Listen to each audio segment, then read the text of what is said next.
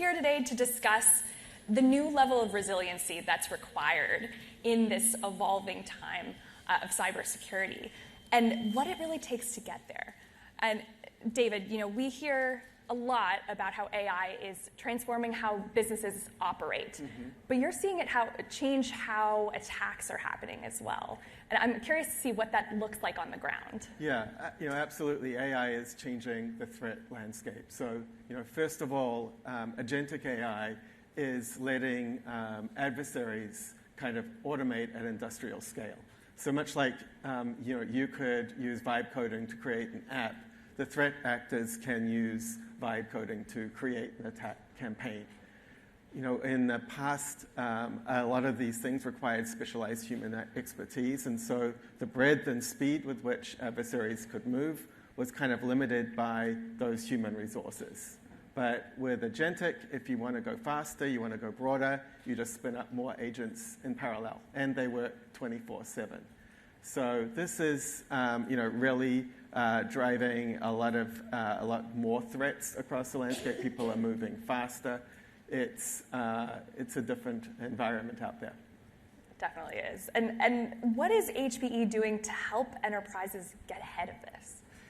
Yeah, coming back to the first question a little bit further, the second thing that we're seeing with AI is it's enabling much more sophisticated phishing campaigns. You can use AI to impersonate people. You can use AI to create much better context around things. And then, lastly, AI is now getting extremely good. You see with Mythos, extremely good at finding vulnerabilities and creating and chaining exploits to take advantage of those vulnerabilities. So, in terms of your question of what we're doing at HPE, first, we're part of Project Glasswing. So we've been very hard at work using frontier models to analyze our code, to find vulnerabilities, and to fix those as fast as we can. The second thing is we have an HPE Threat Labs team. They are working continuously. They're distributed around the globe, monitoring our customers' networks, monitoring various different deception infrastructure that we have to learn what's going on out there in the wild and develop new threat signatures. We also share those with our other cybersecurity partners or competitors via organizations like the Cyber Threat Alliance.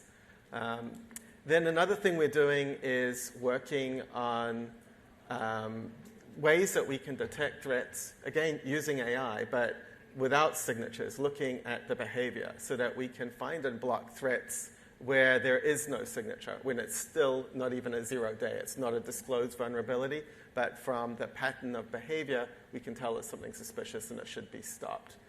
So those are some of the things, but probably the most important thing that we're doing at HPE Networking is helping security teams use the network as a security tool. And so when you think about the network, it's in the path of everything. When there's a phish happening, when there's a command and control channel feeding information back, when information's being exfiltrated, all those things are going over the network. So the network is a fantastic place to use as a security sensor and also as a cyber security enforcement point. Really good. And as you're looking ahead, what is HPE's vision for resiliency for enterprises? What does that actually look like? And how do security teams need to think differently in order to get there? Yeah, so first of all, I think the shift is towards being cyber resilient. So, of course, that means deploying all the tools at your disposal, but it also means planning ahead to be ready in terms of how you're going to react and respond to kind of a worst-case event. It means implementing things like zero trust principles so that the blast radius of any event is contained and that hopefully you can continue with your business processes. You've got business continuity even while you may be dealing with a situation in a small pocket of the network. So that's really key. And a big part of what we're doing is helping the security team and networking team align and cooperate together. So often, the network team is really focused on delivering a great experience to users, making sure we've got application uptime.